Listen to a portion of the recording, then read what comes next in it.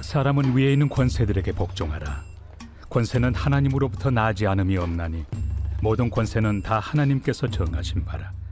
그러므로 권세를 거스르는 자는 하나님의 명을 거스름이니 거스르는 자들은 심판을 자취하리라. 다스리는 자들은 선한 일에 대하여 두려움이 되지 않고 악한 일에 대하여 되나니 내가 권세를 두려워하지 아니하려느냐.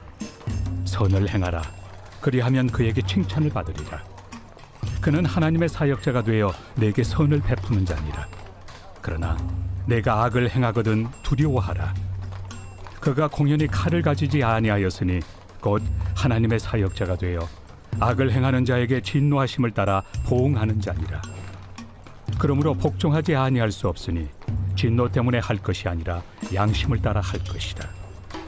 너희가 조세를 바치는 것도 이로 말미암음이다. 그들이 하나님의 일꾼이 되어 바로 이 일에 항상 힘쓰느니라. 모든 자에게 줄 것을 주되 조세를 받을 자에게 조세를 바치고 관세를 받을 자에게 관세를 바치고 두려워할 자를 두려워하며 존경할 자를 존경하라.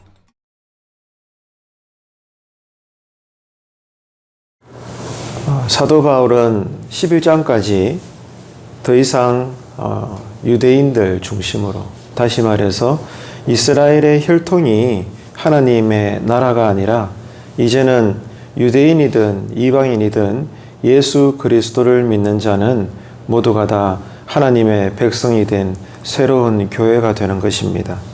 해서 이제는 그 새로워진 이스라엘, 새로운 교회가 하나님의 나라가 되었음을 가르쳐 왔습니다.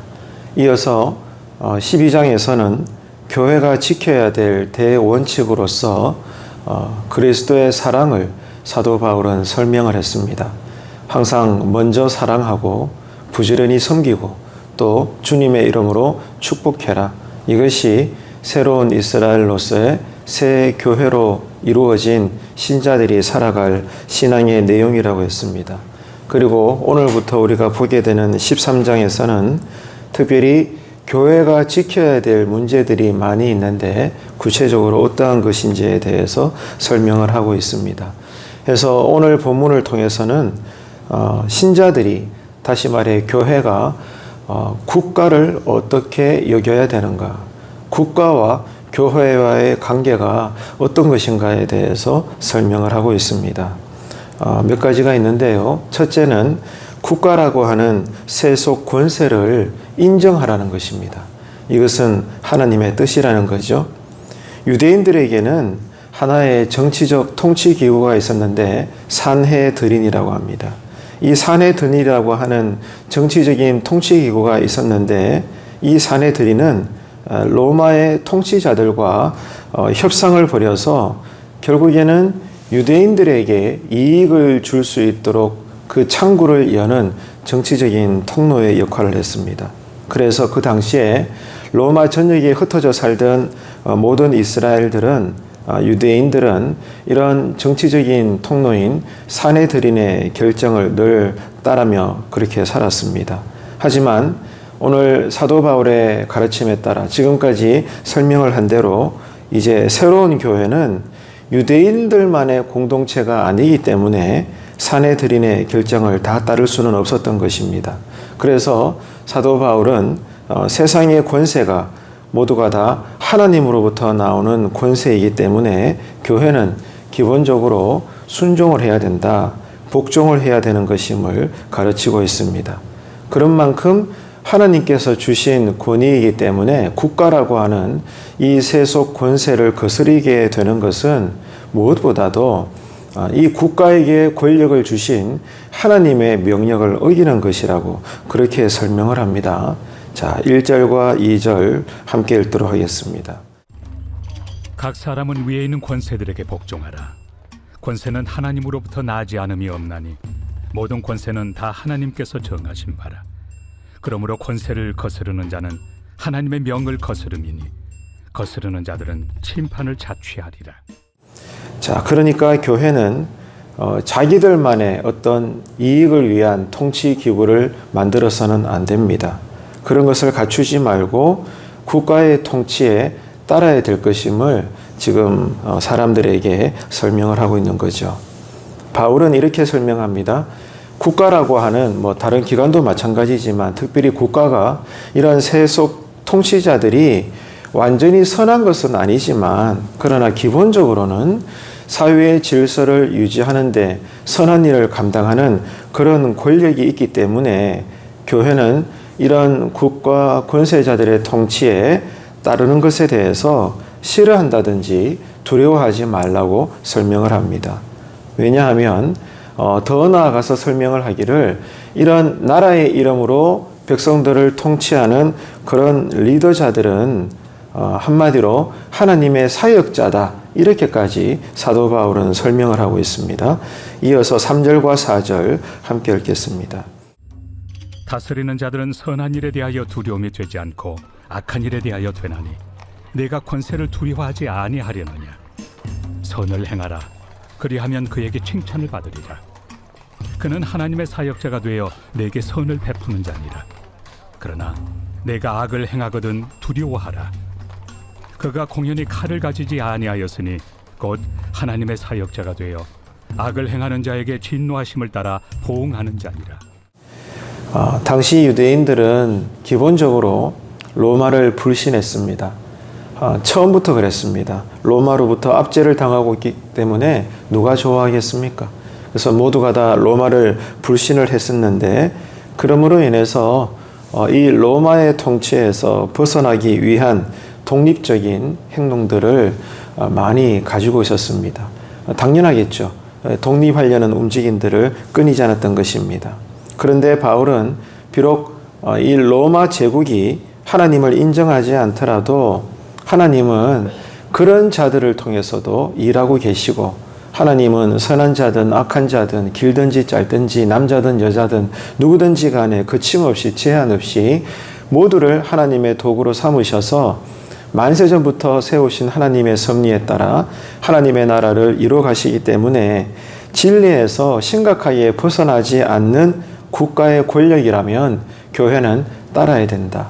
협력해야 된다. 참여해야 하는 것이 옳다라고 가르치고 있는 것입니다. 왜냐하면 교회는 처음부터 어떤 존재로 살아가는가 하면 거룩한 삶을 살 것임을 하나님 앞에서 결단한 양심을 가지고 살아가기 때문입니다. 그렇기 때문에 교회는 기본적으로 국가라고 하는 이 권력에 복종해야 된다, 따라야 된다라고 설명을 하고 있는 거죠. 5절 함께 하겠습니다. 그러므로 복종하지 아니할 수 없으니 진노 때문에 할 것이 아니라 양심을 따라 할 것이다. 자, 무서워서 국가 권력에 복종하는 것이 아니라 양심을 따라서 국가의 가르침에 또 하고자 하는 방침에 함께하라고 사도 바울은 설명을 합니다. 양심을 따라 해라 이렇게 되어 있죠.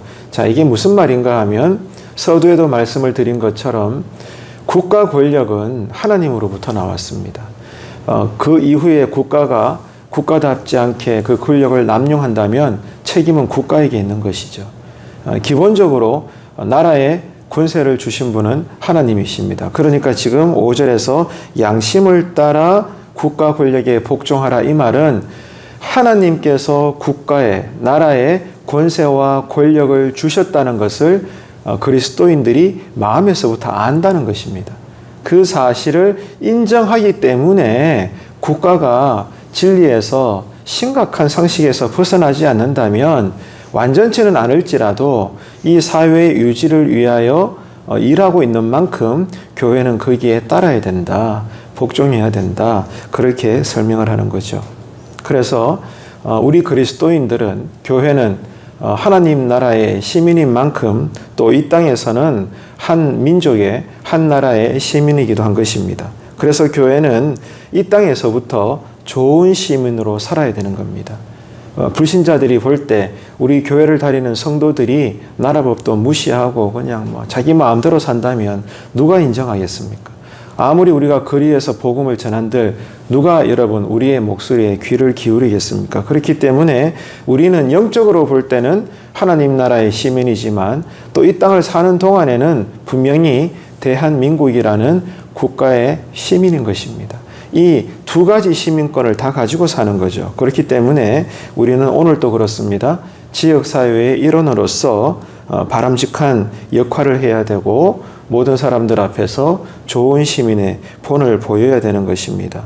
왜냐하면 하나님 나라에 순종하는 것이 그리스도인이고 하나님께서 국가에 권세를 주었기 때문에 국가와 행동을 같이 하는 것도 하나님께 복종하는 교회의 성도된 모습이기 때문입니다.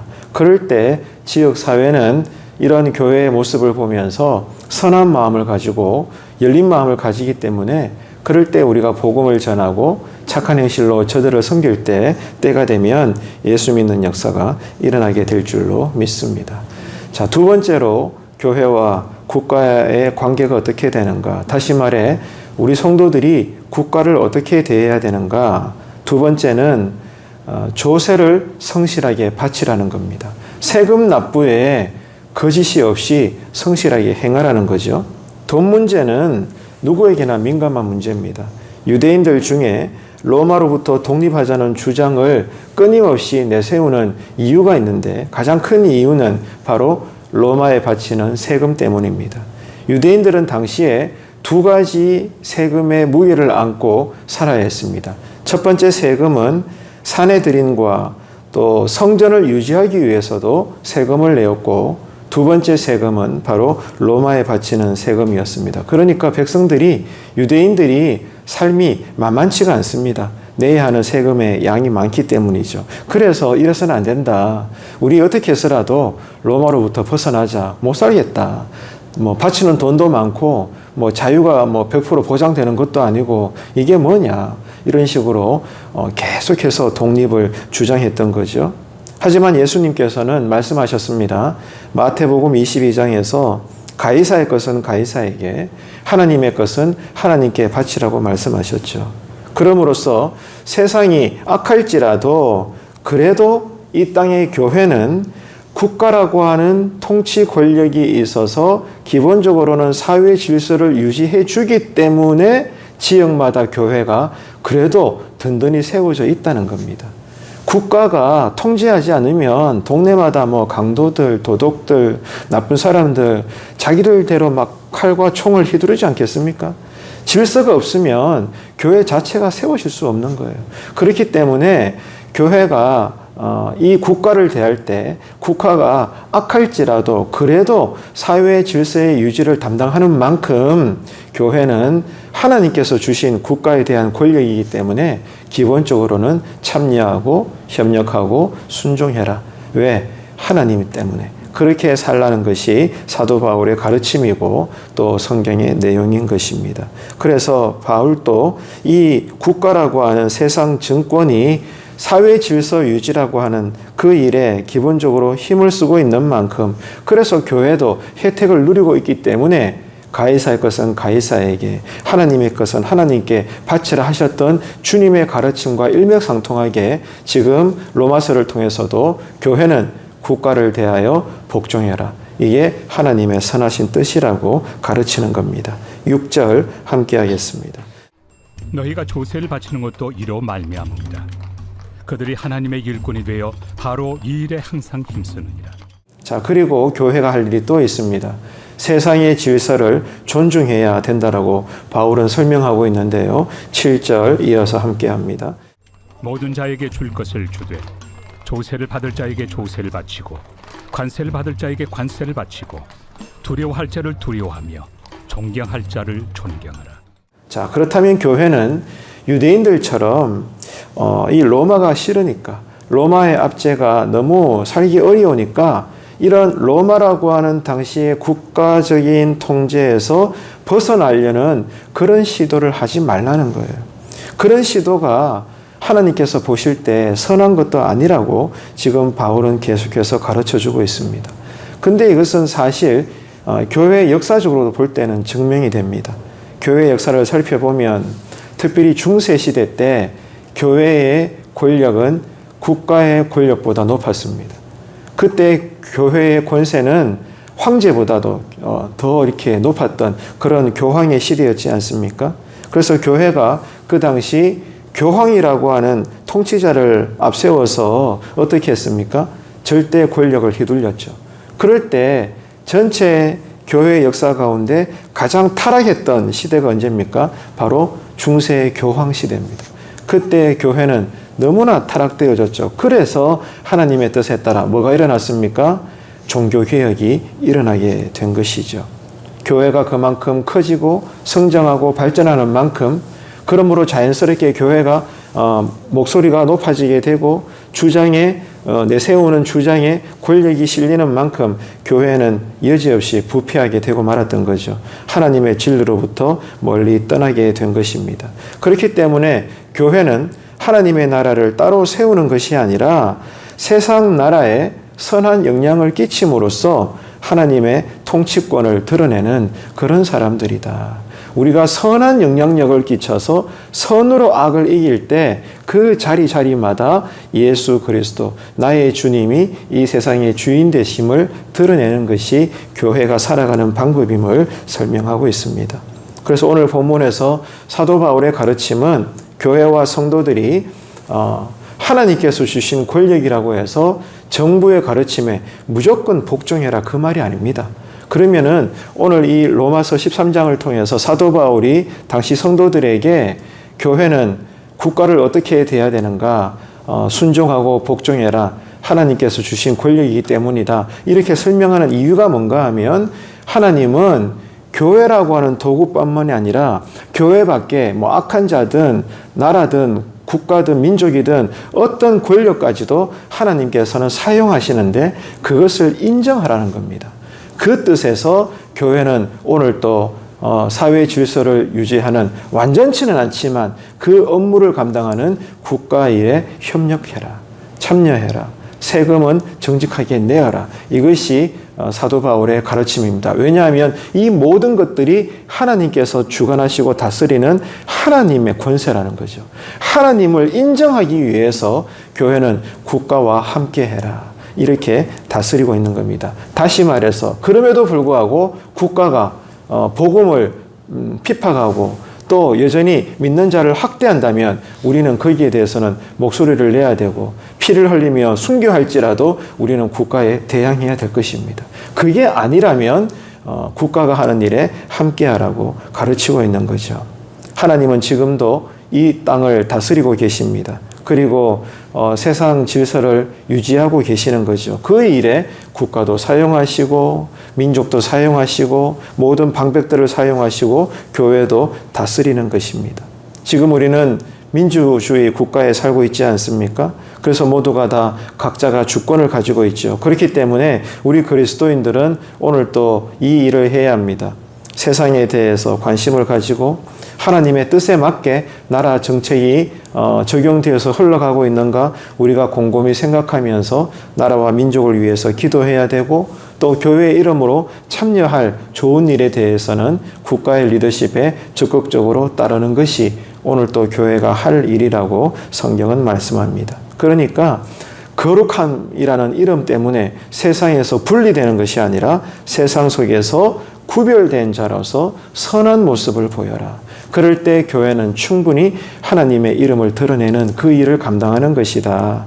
이렇게 설명을 하고 있는 겁니다. 이런 바른 교회의 모습을 보이는 이 땅에 세워진 모든 하나님 나라의 복된 교회 공동체가 될 수 있도록 오늘 또 기도하시는 새벽의 은혜가 우리에게 있게 되시기를 축복합니다.